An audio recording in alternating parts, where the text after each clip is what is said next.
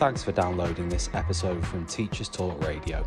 You can find the full schedule and listen back to all our shows at ttradio.org. Enjoy the podcast.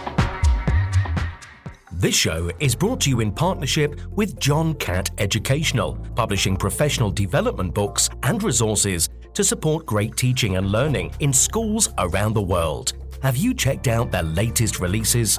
Use the code JCTTR2324 for 20% off your order. Don't miss out. Visit johncattbookshop.com to explore their full range of titles and advance your own professional development today. Happy reading.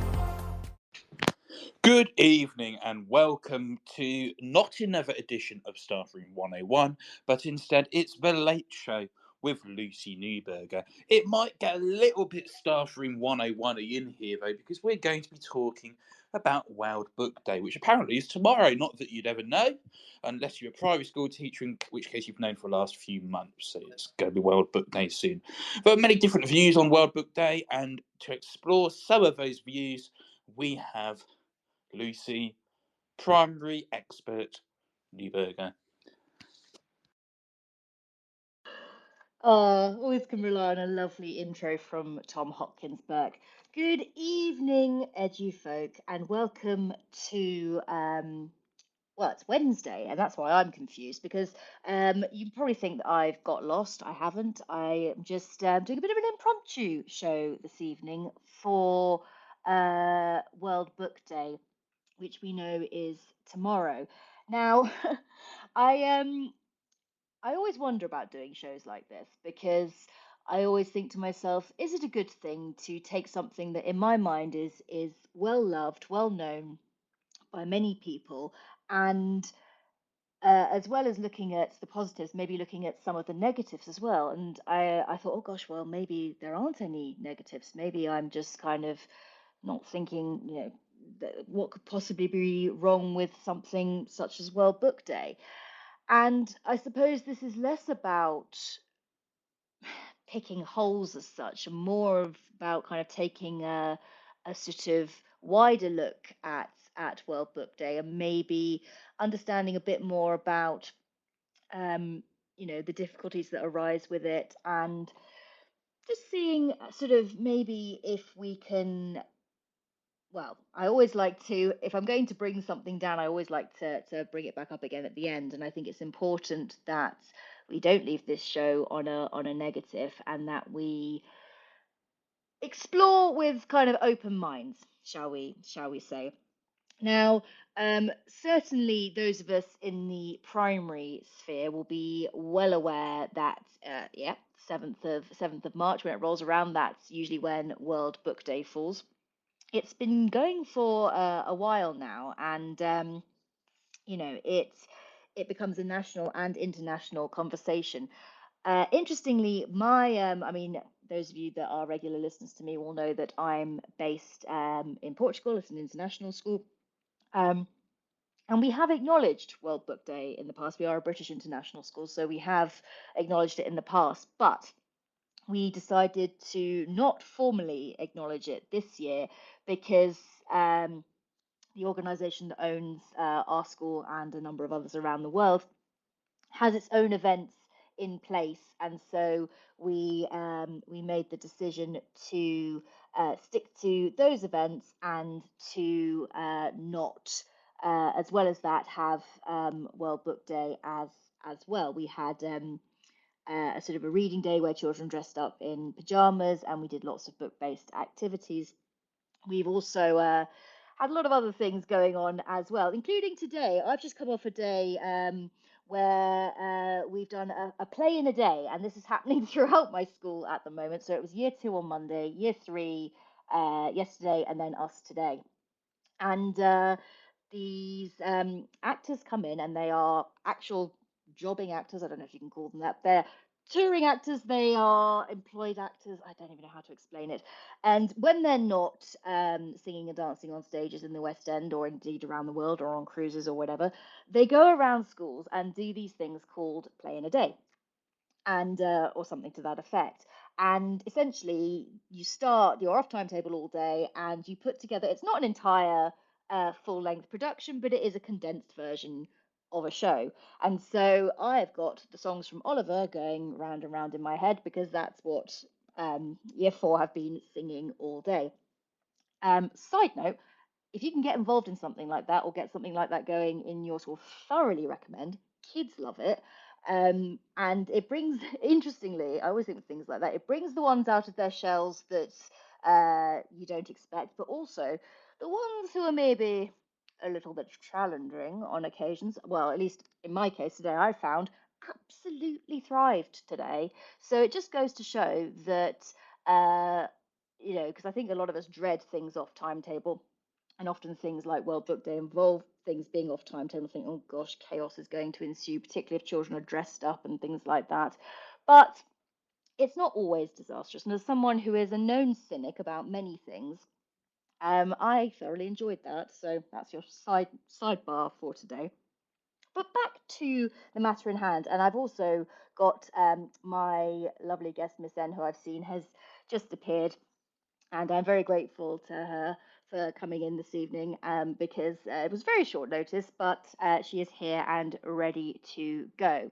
So I'll bring her in a moment, but I just wanted to give sort of a bit more of an introduction to World Book Day. And I've got some statistics here, some very positive ones actually, and I think it's important to acknowledge these first and foremost. And what I'm looking at is the report from, I believe, 2022. So this was the report released last year, or maybe no, it was last year. It was 2023 in numbers. So last year, 90,000 books were donated by publishers and distributed. There were 30,000 downloads of the various packs and resources that could be used. What else? All sorts of things. And sorry, I've lost the page I'm looking at because I've got, as always, pieces of paper surrounding me. 960,000 children participated in digital events. So there were lots and lots of good things going on. And I think it is important to remind ourselves that, that reading in schools is incredibly important. I know that HB is literacy lead in his school. I know that, there are a lot of us who are really trying to get behind reading. There are some shocking statistics around that talk about the number of children that leave primary school unable to read properly. So any kind of advocacy of reading in schools, be it from the youngest ones through to our oldest ones, is hugely, hugely important. My issue arises when you have, I suppose, what I call kind of token days, and my worry with things like World Book Day, and there are others, but we'll stick to the subject in hand at the moment, is that often I've found, and in schools I've worked in in the past, there's a huge amount of energy and furore and things like that that go into organising something like that, and then things end up on the back burner. You kind of it sort of is forgotten about, or you'll kind of get an author in and then that's it. It's sort of not really thought about for the rest of the year. But maybe I am being overly cynical, and maybe we don't need to worry about this too much. And maybe you're kind of thinking, Lucy, I don't think you really need to be talking about this. I think you probably are going to flush your radio career down the toilet this evening because actually nobody's going to agree with you here. But let's see. I'm going to bring on Miss N and think about her, and well, get her to share her thoughts this evening. So good evening to you. You can unmute yourself. Hello. Hello, how are I'm you? great, thank you. Thank you for joining me this evening. I appreciate that you were accosted at quite short notice. So thank you very much for being here. Before we go any further, That's okay. Please introduce yourself, your current role in education, with as much or as little detail as you feel like. So I'm Lauren. I'm working very newly. I only started in September as a strategic literacy lead in a school in Wakefield. And this is my first World Book Day as the literacy lead, but I am incredibly lucky to work in a school that promotes a love of reading all year round. My head teacher fully backs us, gave us £300 to spend on the students at Christmas to just give away books to to disadvantaged students and to pretty much all the students. We hid them around the school. It was so exciting. But yeah, I'm really lucky in that sense, but I can understand the cynicism of some people not enjoying World Book Day when it is just a fad day. So, I mean, thank you for that, Lauren, and thank you for introducing yourself. So, I mean, I suppose it's important to ask, first of all, kind of, I mean, as a literacy lead, you're obviously, you know, very much into your reading, very much into advocating that. It's great that you're at a school. So, are you a fan of World Book Day? I I like it because I think anything that gets the students talking about reading and anything that brings it to the forefront is always a win for me. However, I don't like it when it's not done well and, as you said, not followed up. Yeah, this because I think this is the difficulty, and we'll sort of unpack the negative side a little bit more in a moment. I do think, and it's very clear that there are varying degrees of how this is done, and certainly on Twitter, there's some very fed up teachers this evening who had either forgotten entirely that this was happening, parents as well, I should say, not just teachers, parents as well, who've suddenly gone. Oh, insert appropriate expletive here. Um, I've now got to somehow pull together a costume. And this is the bit that I kind of want to home in on first, because when people think of World Book Day, I don't think they necessarily always home in on the book thing first. It seems like it's become, and again, you can kind of debunk my cynicism if you wish, a dress up day with kind of reading attached to it. And, uh, you know, there is a cost of living crisis for a lot of families. The idea of spending money on costumes, it's not an option, and so it can be quite difficult and quite heartbreaking in some ways for those families to not be able to perhaps facilitate their child's wishes in terms of costumes, and certainly supermarkets and things like that have got kind of cottoned onto this and onto the bandwagon, and there are a lot of uh, pre-made costumes that you can get hold of. But of course, there are concerns about that in terms of, a lot of those costumes actually aren't even book related; they are film characters. Uh, and obviously, there are many films that have been, many books rather, that have been made into films. But if you're flogging, as it were, film character costumes under the World Book Day umbrella, surely that's a bit ridiculous. Not to mention that then these costumes tend to be worn once because children grow like weeds, and so what fitted a year ago is probably not going to fit this year. So I just want to know, Lauren, your thoughts on that. No, I absolutely agree. I in my first school as a PGC student, I was made to dress up, and I honestly was the most horrifying experience of my life. I think it just, especially in secondary school, it can be fun, but I think it does give maybe students a little bit of an excuse to have a laugh at some teachers' expense occasionally if they're like that. We certainly aren't dressing up. As I said in my tweet to Tom originally, we're doing a lot of focus on reading. We've designed doors that are book themed. We're discussing our love for books. So yeah, I can totally understand the frustration of parents and teachers with the whole dressing up thing, because I think it's a little bit ridiculous. And there's certainly some articles I've found that sort of back this thought. And it's Emma Keough, I think her name is, and she's deputy head teacher of a school in Liverpool, and she's for a number of years, not boycotted World Book Day, but encouraged parents to not buy shop bought costumes, and instead children are able to come in non-uniform, or they have pajama days. And they're going to continue to do that to sort of advocate and discourage parents from feeling they have to go and buy these costumes and utilizing what they've already got. So that's quite interesting. But of course, as you say, yes, as well, there are children out there who absolutely cannot stand the idea of dressing up. They really don't enjoy it. I have a few like that, and it seems unfair to sort of almost have it kind of sort of foisted upon them, whatever age they are. I mean, I can't imagine trying to get teenagers involved in something like that. I know a lot of them would rather gouge their eyes out than get into costumes. Some are still into it, but it's I think the same can be said for staff as for well, though. I sure. think it can be quite difficult to get the staff on board with the dressing up.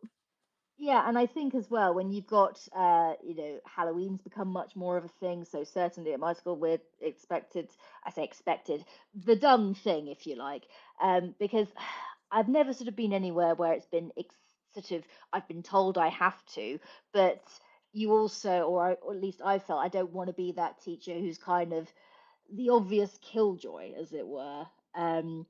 But even then, sort of most years at Halloween, it is the standard witch costume because I refuse to go and spend the money on anything else, to be honest. We also have, I'm based in Portugal, we have Carnival that we have to. That I say we have to, that we are encouraged to dress up for every year. Of course, there's the Christmas jumpers and all the rest of it. So we also have to put this into context and remember that there is in schools a lot of this that goes on throughout the year in various shapes and forms. Uh, and of course, the cost of that adds up as well. I mean, add into that, just the cost of even putting a child into school, the uniform, the sort of the stationery, and whatever else. It's yet another thing in a way, isn't it? Oh, definitely. And so it's yeah, so the alternative approach that many of these schools are taking, it seems to be a nice thing, and certainly I've seen on Twitter as well that a lot of teachers and certainly school leaders are getting behind the idea that actually, yes, we're going to acknowledge World Book Day, but we're going to do it in another way, do it in a slightly different fashion. So hopefully we will see sort of more of that. And the idea of kind of moving away from the dressing up aspect. Yeah, I think I've seen some nice ideas. At our local primary school, have they've asked their students to go as specific words, so adjectives like colourful, things like that. So it is in essence non-uniform day, but they have to be a little bit more creative with it, which I think is a nice idea. But again, it can be quite difficult for parents and stressful for students too. Oh, most definitely. And you know, add into that kind of everything else that goes on. And it's a short half term as well. I mean, we only have 5 weeks between what was February half term and Easter, and the obviously the amount you have to pack into that, and then think about because often with these theme days or the such like.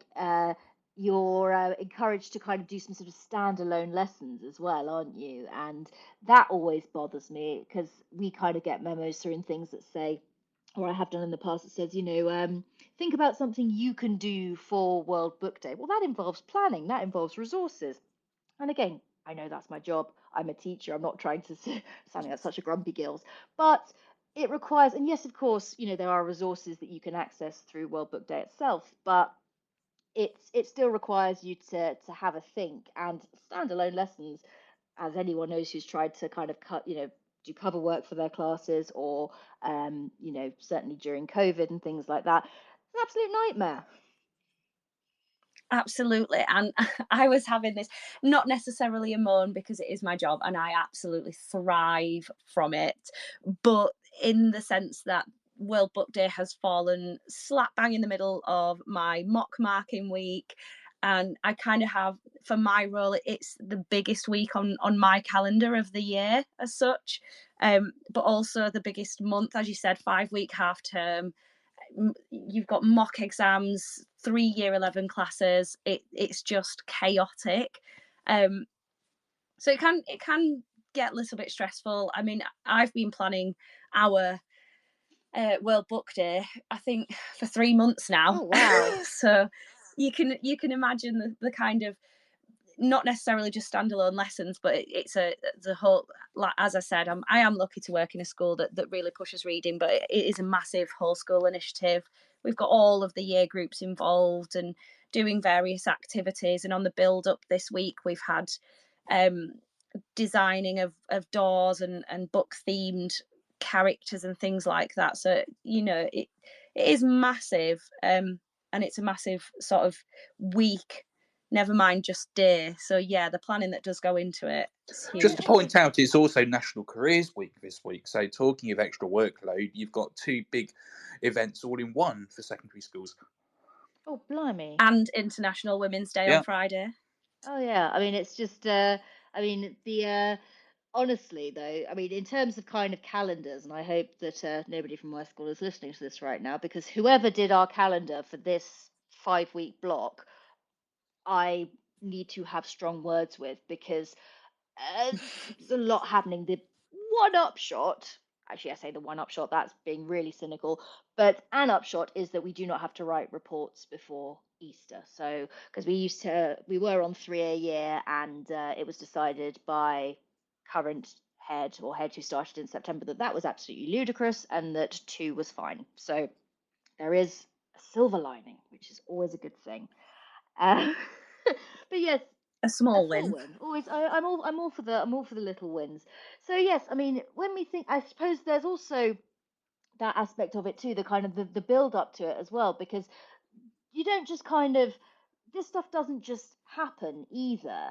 In fairness, I've seen some lovely build ups and things on Twitter, and some lovely work that's gone into this, but it's enormous. And in some cases, I think some schools are putting more effort into this than they do their Christmas nativities and things like that, which is wild for, as you say, what is ultimately a day. I'm not sure though, because again, I don't think it is just a day it is just a day, but I think if it's done correctly, it reflects the attitude of maybe the school towards reading and what not, if you know what I mean. Yeah, I mean it's also, I think it's hard for, because I did some research into World Book Day as an organization, and there's not many people behind the scenes. Ultimately, I think there's about 3 employees or something like that. And we certainly at Teachers Already, we tried to contact them, we tried to get them involved with this show, but didn't manage to get there on it. But maybe another time. You never know. And it's difficult for an organisation that does rely on grants, and I certainly found out that they've had some significant grants recently. But there are things to note, like it's not recognised by HMRC for gift aid, according to its latest published return. And there's no conflict of interest policy, which is also quite interesting as well.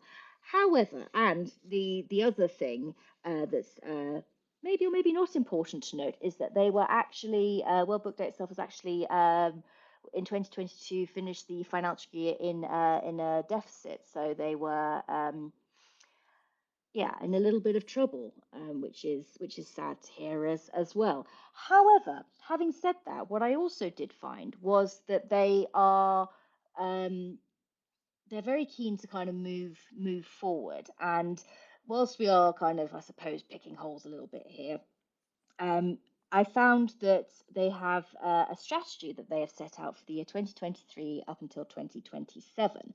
And this is broken up into sort of different sections about vision, mission, and strategy.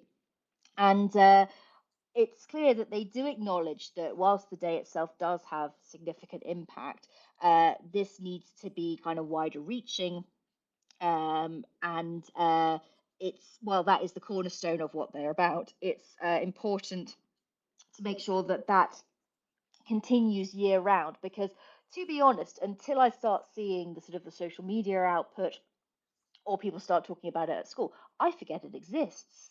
I don't know about you, probably not, probably less so as a literacy lead. No, absolutely. Yeah, absolutely not. I mean, even on maternity last year, I, I celebrated World Book Day in my own silly way. But I think, I mean, it even kind of filters down into baby groups. Um, when I know this is completely off topic, but when I was on maternity, I took my little boy to a little kind of baby group, and they celebrated World Book Day, and that was a bit of the sort of buying into the costume type of thing. But they did do a lot in terms of reading and encouraging parents to read with children. So I think it has a lot to answer for, especially for maybe parents that don't necessarily have that understanding as well from that early on, that reading to your child is absolutely paramount. But I think they do some really good work. Oh, absolutely, and it's clear here. So, under increasing the impact, they certainly want to actively seek ways to include a more diverse range of identities, want to reach families who are in a lower socioeconomic bracket, and ensure that World Book Day is used as an effective advocacy, can't even speak properly, year round, and that it's not just something that's kind of forgotten about between sort of yearly events. Um, and plan a reader's journey after the March events. So, deliver high quality resources which support an onward reading journey. And I think that's what is so important in all of this, is that that reading journey is something that is woven throughout the school year, whatever year group, whatever year a child is in, throughout their education. Because ultimately, as we well know as teachers, without reading the rest of the curriculum, it's very difficult to access. Certainly in recent shows on Teachers Talk Radio, where we've talked about phonics in secondary schools, and the such like, that without those fundamental building blocks of reading, the rest of, the rest of the curriculum, the rest of education is hard to access. Even I discover with problem solving maths questions, I've got children who are very, very able mathematicians, but when it comes to wordy, uh, jiggery pokery problem solving questions, they completely fall apart because they're not quite able to unpick what the question means in the first place, even though they're perfectly mathematically capable of answering. Yeah, absolutely. And I think there's a lot to be said for the fact that even to access the basic I say basic GCSE, but even to access the GCSE exams, you have to have a reading age of 15 years and 7 months. Now that it seems like just a number plucked out of thin air, but actually when you research into what that reading age means for fluency and understanding, it is actually incredibly difficult. A lot of the reading age, the sort of reading tests at secondary school only kind of they cap the sort of reading age at 16, and that's reading novels and really quite difficult texts. So as I said, just to access the exams, you've got to have a really developed understanding of reading, and I think it's important that you do continue that after World Book Day. As in my school, we have a richer reading program where we read to our students 3 times a week, so they are getting that diet of a sort of plethora of texts throughout their journey in school, and we are currently letting them decide and vote on for World Book Day what they read next year and the books that they have, so that they have that input and they are engaged and they're reading for pleasure, but also having the fluency so that they can improve their reading ages. Well, that's superb, and sort of taking ownership of their learning in that sense as well must be a really empowering thing too. And yeah, fantastic. Um, you just made me think. Actually, I actually haven't. I mean, I have a year 4 class at the moment, and just I mean, it's a terrible excuse, and I'm going to hold my hands up and say it's a terrible excuse. I can't remember the last time I sat down and actually read a story to my class outside of an English lesson, which is absolutely shocking. Um, Particularly as someone, I mean, I'm not as much of a reader as I should be, and I feel like a huge hypocrite a lot of the time. I'm not one of those teachers that has the thing on the wall. Miss N is currently reading diddly dee, because it would be the same in September through to June, because either I'd forget to change it, or I'd still be battling my way through the same book because of a variety of reasons. Um, so yes, that's something, just weaving it through curriculum on a daily basis is so important. And you've certainly made me think. Do you know what? You need to actually get back to reading to your class, Miss N. Miss N me, not Miss N you. It does have a massive impact, especially with the the studies on how it impacts your disadvantaged pupils and pupils with special educational needs. It is really good for those students, and anything that benefits those students will always benefit everybody else also.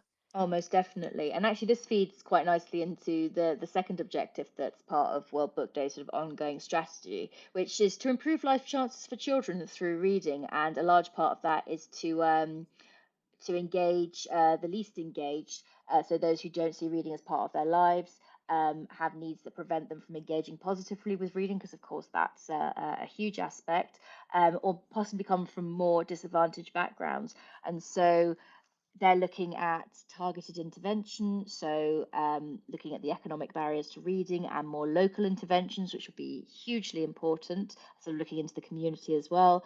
And again, ensuring that there is inclusivity in all respects, throughout their campaigning, and the activities and the resources that they are offering, and to make sure that who they are working alongside also shares their ethos and their strategy as well. Um, and to improve also the kind of diversity of literature and books that they are talking about, because again, I've seen over Twitter that a lot of teachers are sort of talking about how the representation of the children in their classes, they're just not seeing themselves in a lot of the literature that's available. They're not identifying with the characters because they're not from the same backgrounds, or they're not from the same they don't practice the same faith, or whatever it is. And so I think that is really important as well, and something that I've thought about a lot more recently, because I think it's very easy to reach for those classics in inverted commas, rather than daring to branch out a little bit more. Absolutely. And I think something that I'm doing personally, I know I keep bringing it back to that, but I have a system, well, a program in the tutor time as well as my sort of reading program. I have what I call literacy and culture. So it has literacy tasks attached to the cultural sort of celebration or awareness day or awareness week. And in terms of the representation, I do a lot with recommended reads and different things. So, for example, we had LGBTQ History Month, and then I did a recommended read for that. So I recommended The Heartstopper. Oh, Then when we have, I'm trying to think now. I had one where it's just for International Women's Day, for example, on Friday, I've got 3 different books that are recommended, sort of women that changed the world, girls that changed the world, just things like that fall hand in hand with the cultural capital, but also, as you said, diversity and inclusion also. oh yeah, and it's so important. And I think that, the and certainly being in an international school myself, and I sort of, I forget sometimes, this sounds awful, how kind of mindful you need to be. And I certainly like the idea, and I think you could do this in primary as well, of just giving them that bit more of a choice, whether it's the book that you're just reading for pleasure together, or whether it's books that we're working on and using as a basis for our English lessons, for example. Because, you know in many respects, I mean, not that old, but I feel I'm out of touch with a lot of things. And sometimes, a child will come to you and say, "Oh, I'm reading this," or "Oh, I found this," and it's something that you haven't heard of, and that's so great as well. I think that's probably one of the most difficult things about my job is keeping on top of not not necessarily the trends, but kind of what the students are actually engaged with and reading. Because by the time I kind of get hold of it, being my 30-year-old self, it's not cool anymore. Yep. And I think that is the difficulty. You've got to be really careful not to make something uncool or whatnot. But I think going back to World Book Day and its importance, it gets the students having those conversations. Oh, for sure. And I think the important thing is to, make sure those conversations absolutely go beyond that day. But I mean, that is our responsibility, I suppose. Well, no, I suppose I know it is as teachers to kind of keep that going and not let that stagnate. And I think that's what perhaps irritates a lot of the people that I've seen chatting away on X or Twitter, and talking to former colleagues of mine as well, that they just want to see it, yeah, having more of an impact throughout the year. And it's so interesting because I have so many, talking about different reading material. Every parents' evening, without fail, I have parents coming to me, particularly parents of boys, not always, but a lot of the time saying, "Oh, they'll kind of only read football annuals, or they'll only read Captain Underpants." And there are some parents who absolutely, I think, would set fire to the Dogman and Captain Underpants books if they could, which that's just them. I'm not suggesting, because my stance with that always is, look, something as an inroad, great. Whatever that is, as an inroad, when they're, trying to get them sort of back into reading and making sure that they are reading. And then, mixing up, saying, okay, football annual this time, maybe something else next time. And that variety. And parents sort of go, "Oh, well, what if they kind of refuse?" I said, you just got to kind of mix it up and encourage them and things like that. But telling them no on their first choice is not going to be necessarily the way to kind of get them to engage further down the line. No, I absolutely agree. I think it's got to be, if you're reading for pleasure, it has to be pleasurable. It has to be a choice, doesn't it? And that not everybody has the same idea of what is engaging and what is fun. Um, and it can be difficult, as you said, because we can be reading something, but it can be largely inappropriate in terms of, for example, I've just read the seven husbands of Evelyn Hugo, Oh, largely inappropriate to suggest to a Key Stage 3 student. But you know, it is that difficulty. But as you said, if you can get an inroad, if you can get them reading in the first instance, it's then looking at maybe having books that are similar or a similar format. And I think that's why librarians, especially, are worth their absolute weight in gold.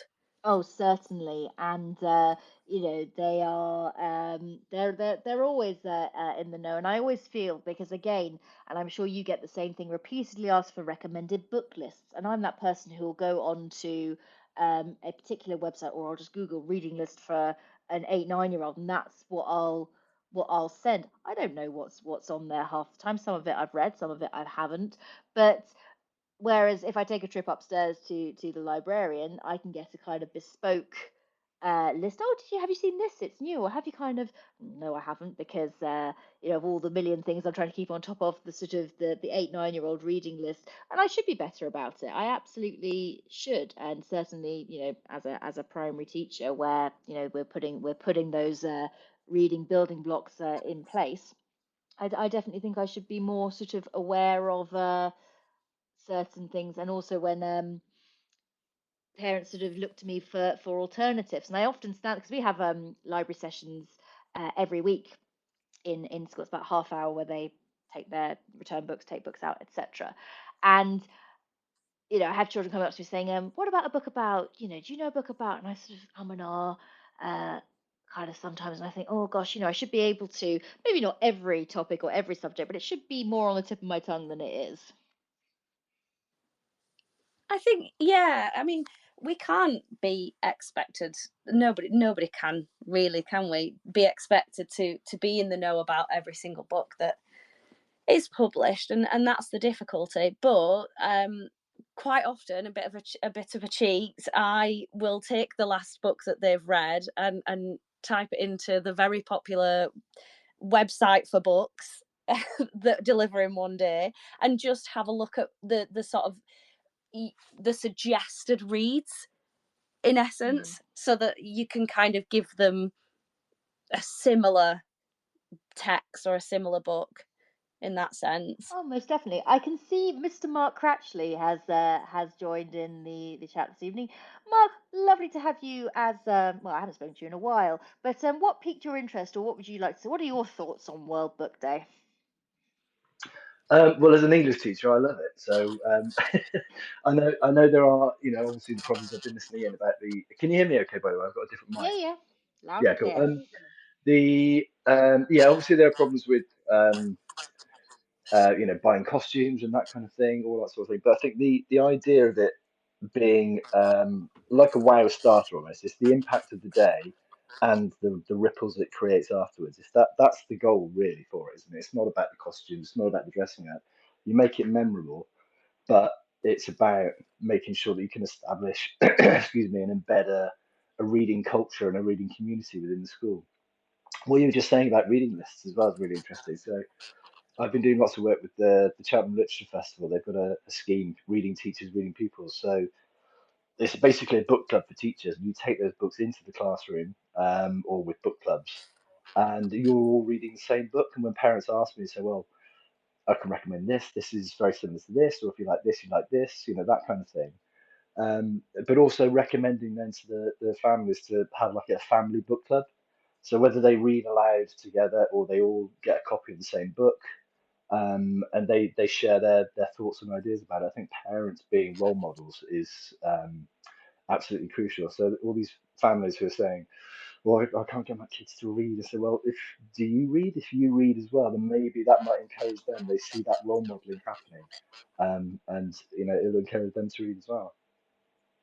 Oh, most definitely. And I think, it's important to lead by example. And that's not just teachers, as you say, that's families as well. But of course, uh, some families need to be sort of shown the way, because of course there are different family situations. Not all families have creaking bookshelves at home, or are in a position to read with their children in the evening, or even know where to start. And I think that it's important that schools, and this kind of is something I've thought about a lot recently, which is kind of the relationship between schools and families, which I do think has been in massive decline generally since COVID. Weirdly, um, it's again bringing sort of that whole community together and saying, we're all in this together. We need to encourage this together. We need to ensure that it's a dual responsibility. Of course, we as teachers are there to teach, there to ensure that children can read,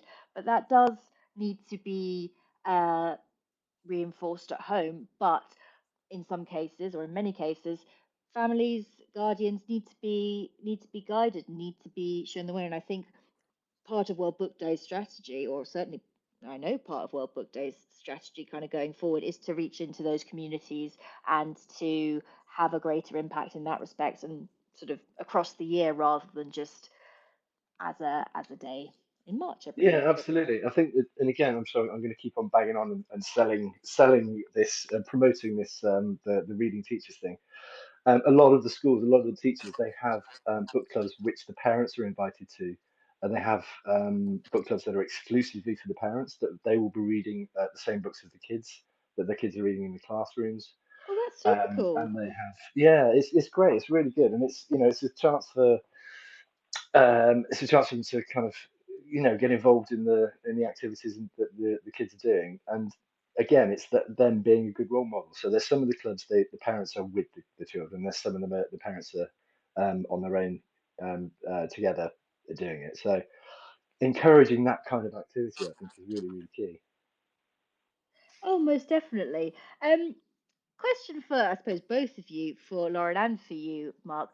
What are your thoughts on audiobooks? Because again, I saw a post on Twitter today where, again, somebody talking about World Book Day and saying, please don't neglect audiobooks because it's still a way of accessing literature. And of course, while you're not necessarily seeing words on a page, I have to say I'm a big audiobook person because largely to do with attention span. I find listening to something easier to absorb and to stay engaged with, as opposed to having a book in front of me. Again, terrible thing to say as a teacher, but hey ho.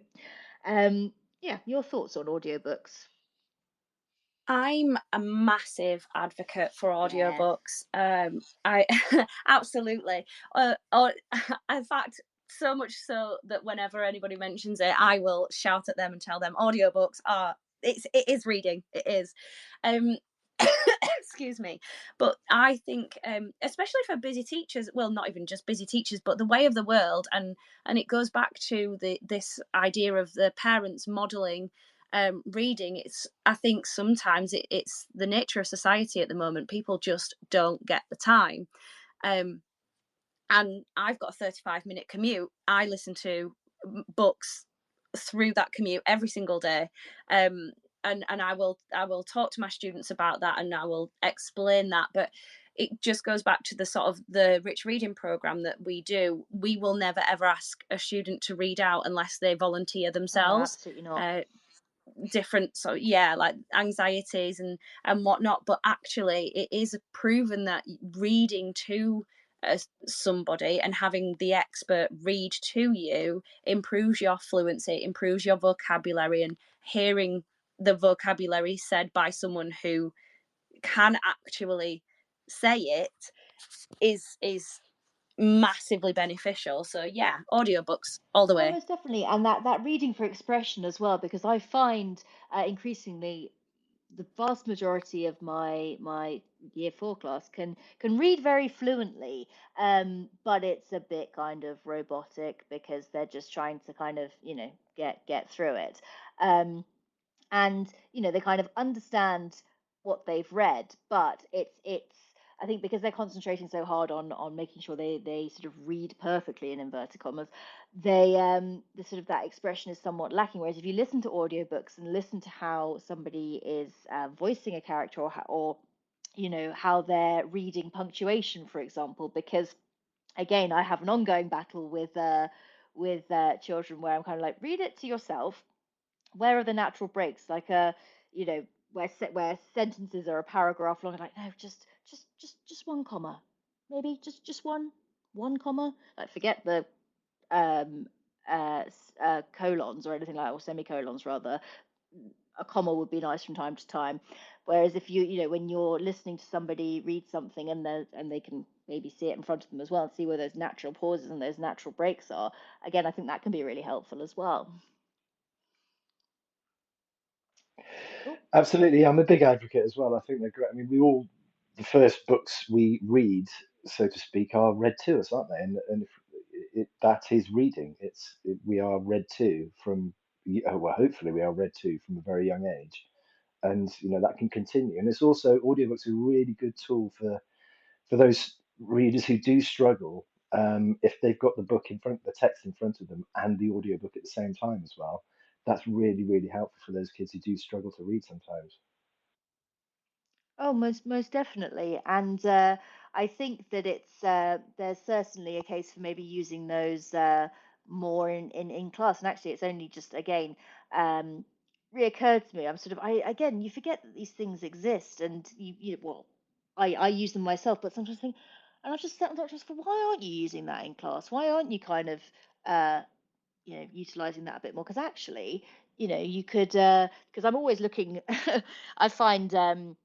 And those of you again who are regular listeners to me will know that I struggle with certain things like teaching guided reading, for example, because I find it a lot of the time to be deeply dull. Although having done a show on it in the past, I find it much less dull than I used to.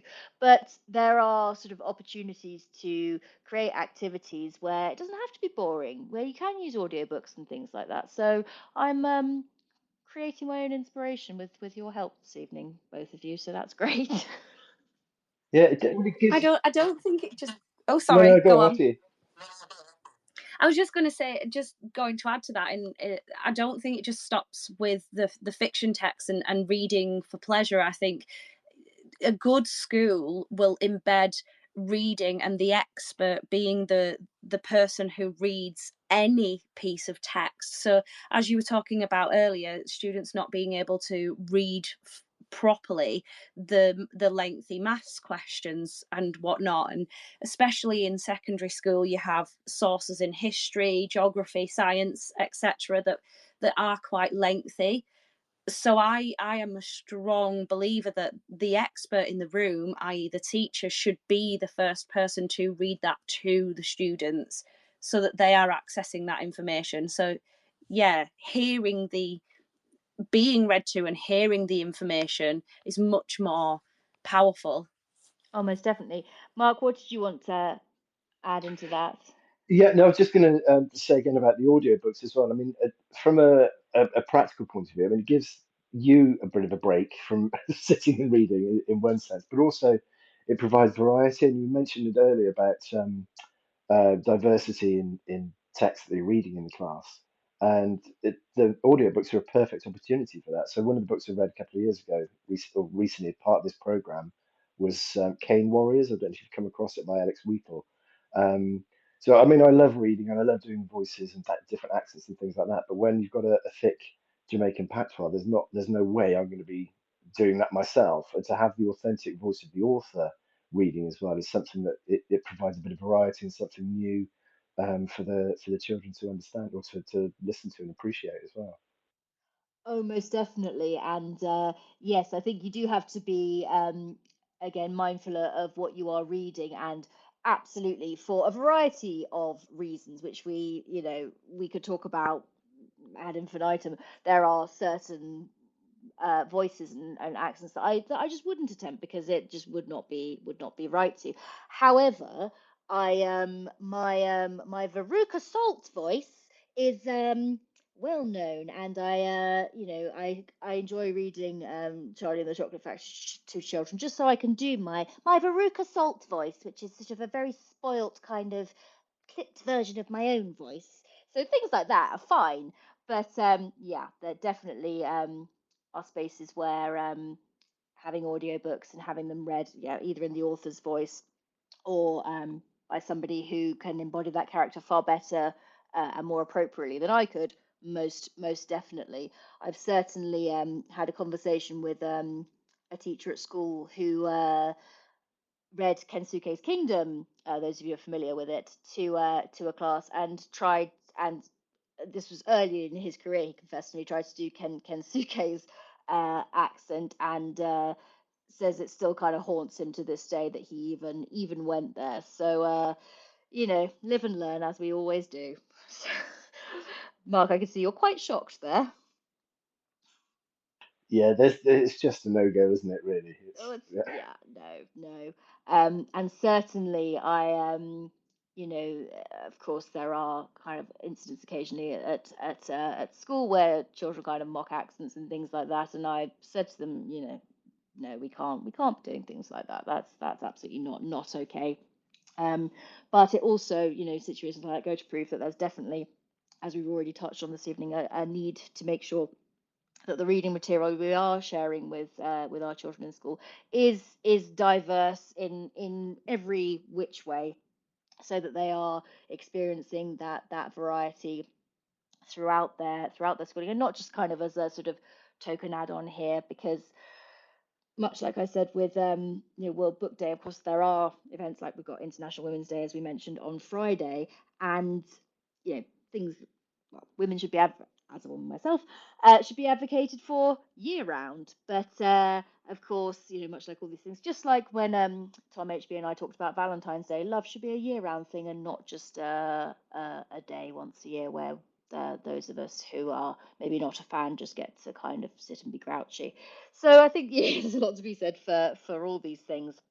and to ensure that we are doing our utmost as teachers, which I think we do generally. And I think we, certainly with the teachers that I talked to and with the shows we've done recently about centering on reading and centering on phonics and centering on all these things, it's we need to ensure that instead of maybe coming down on something like World Book Day, who in many respects is kind of, I feel they're sort of, the heart is in the right place, and actually looking at the strategy as well, you know, if they are, which I hope they are able to put these things in place, and they are going to act on what they say they're going to act on in terms of getting out into communities, in terms of making sure that their impact is wider reaching on a sort of yearly basis rather than just kind of focusing on the big day, the big event itself.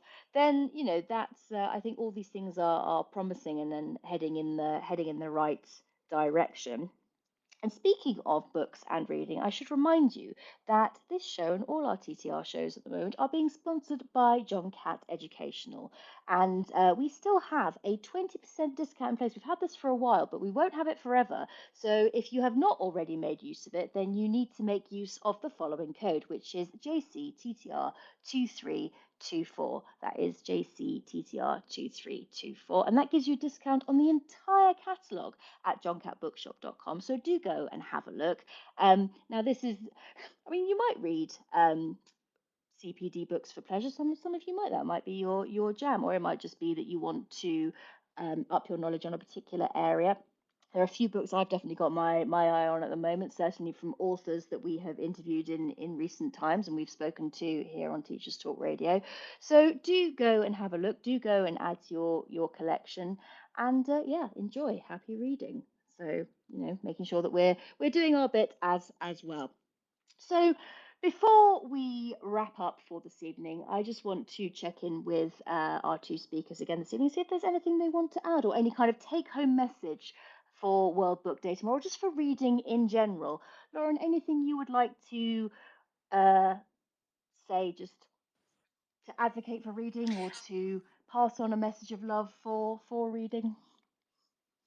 I just think it's really important, and especially for someone in my role, having the support from senior leadership. I think that is the key, really. Um, as I've said, I am so incredibly lucky to have my head teacher and the support that he gives to reading and to my job, the money and things like that. I think that's where we need to be sort of hammering it home. Don't just overlook it and underfund it anymore. Yeah, so it needs to be from the top down, as it were, in a school-wide approach. It can't just be sort of a little bit here and there. It has to be ongoing as well. Absolutely. Mark, what about you? Any final thoughts to add this evening? Yeah, I'd absolutely agree. Yeah, you mentioned earlier the research, the impact that it has, that 20 minutes reading a day has on students from disadvantaged backgrounds. It's the most influential and most impactful thing that they can do to improve their chances in a way. Um, and then just from something like on a purely practical view as well, this idea that you mentioned, we were talking earlier about choices and giving children the agency, the students the agency to choose the books for themselves, and also um, allowing them to realize that they don't have to finish a book if they don't like it. That as well. I know that's maybe a little bit controversial sometimes, but the if we are reading for pleasure, if we're not reading for academic purposes, or we're not reading for for like guided reading or what have you, if it's purely reading for pleasure, then I think we should sort of maybe sort of remind the students that that is okay. If you don't, I've got for myself, I've got like a sort of an arbitrary kind of 50-page rule. If I don't like what I'm reading, then it will go back on the shelf, or take it off to a second-hand bookshop or something. But that idea of reading for pleasure should be for pleasure. So if you're not enjoying it, then just pass it on and move on to something else. I think that's really important as well. 50 pages, you're a better person than me. I mean, a 50-page rule, I think, is quite generous. I mean, I mean, maybe even half that for me. But I think that's a hugely valid point, one we hadn't actually mentioned. I mean, I certainly encourage children to give things a go and to not write something off necessarily based on the blurb. Of course, I have a child in my class who absolutely cannot stand anything, and she's made this very clear to me. Magical fairies, any kind of that kind of thing, absolutely not interested. So of course, I'm not going to I'm not going to say, oh, try it, try it. That's just ridiculous and unfair. But then there's something, there are other things I'll give her. I think I gave her a book about, there's some, I can't remember, some point in history that she was interested in. And she sort of looked at the back and went, nah, still. I said, look, you've told me you like this particular period in history. Give it a go. If, over the weekend you kind of get, I think I even said 15 pages in, and you really decide you can't stand it, you can swap it on Monday. And I think that's fair enough. I think, we sort of, the idea that you need to sort of take any pleasure out of reading that exists is a terrible thing. And actually, on that note, part of the documents I have from World Book Day, one of the things that they said in their impact report from 2023 was understanding why reading for pleasure is so important. And they actually have a quote here that I think is from the National Literacy Trust, which says, reading for pleasure is the single biggest indicator of a child's future success, more than their family circumstances, their parents' educational background, or their income. Just any thoughts on Mark? I can see you're applauding there. What are your thoughts on that? Yeah, that was the research I was mentioning. I thought it'd been mentioned earlier on, actually. Yeah, so it is, and I think it's.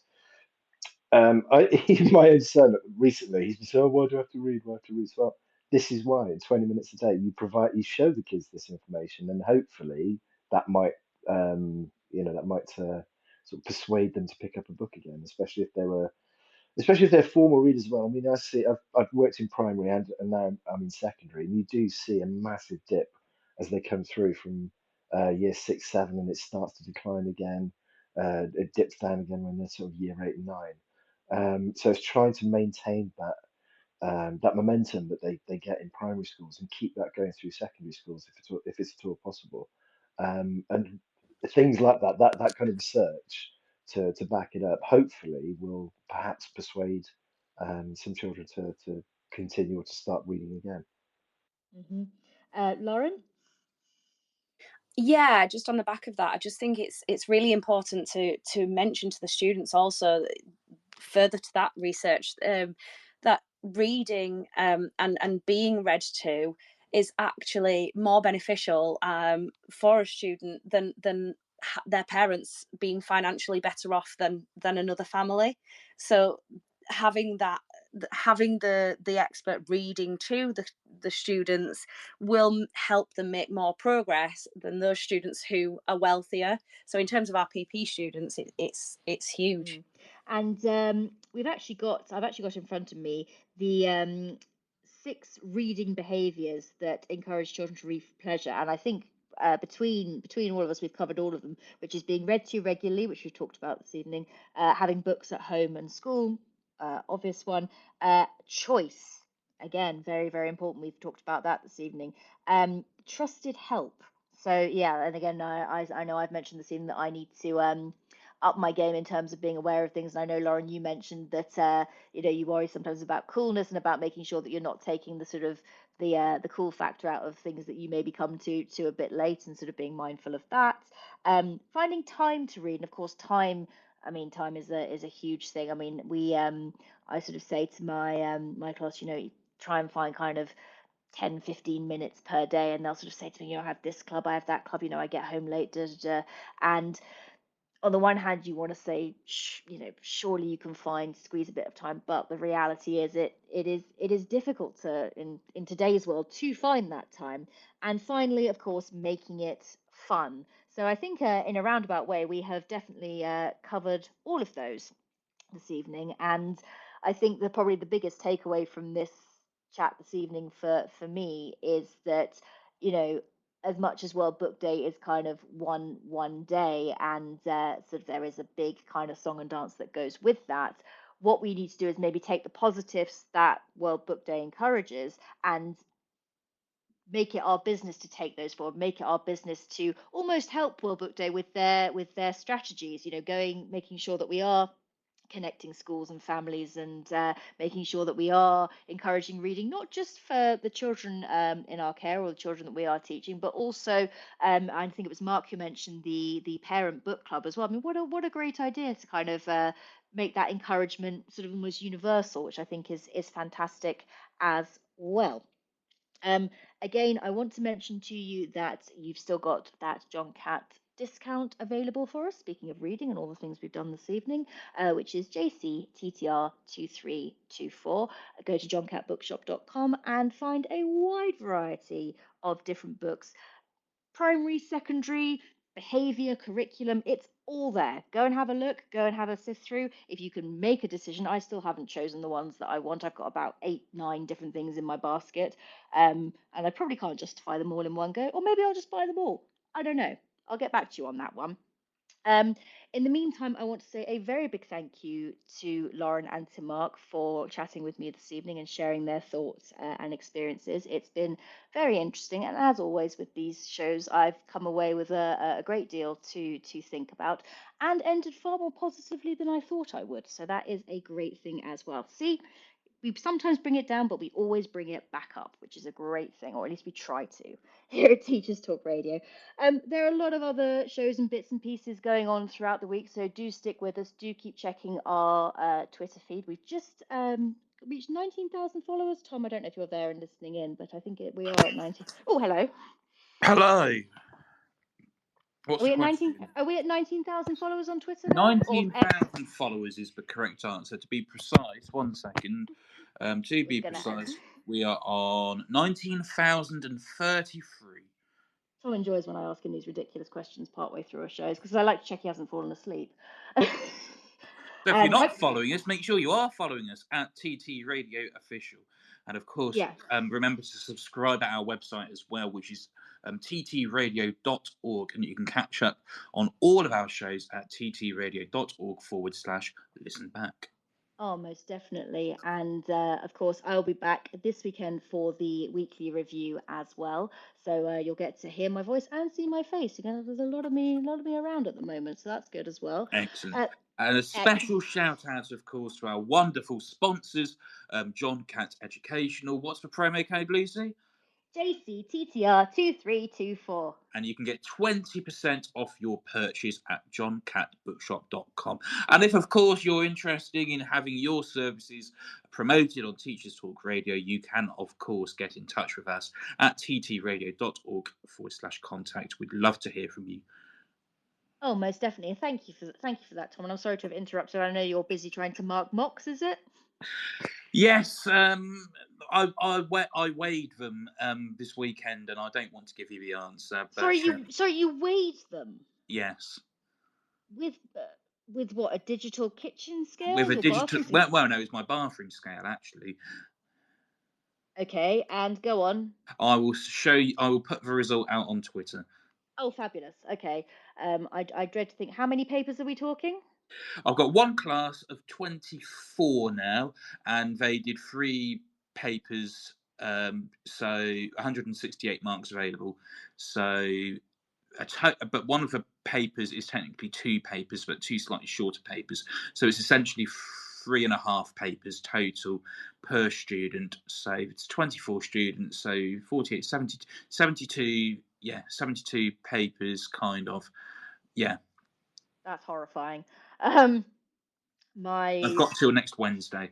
They did their last paper last Wednesday, so 2 weeks turnaround. Okay, well, may the force be with you, I guess.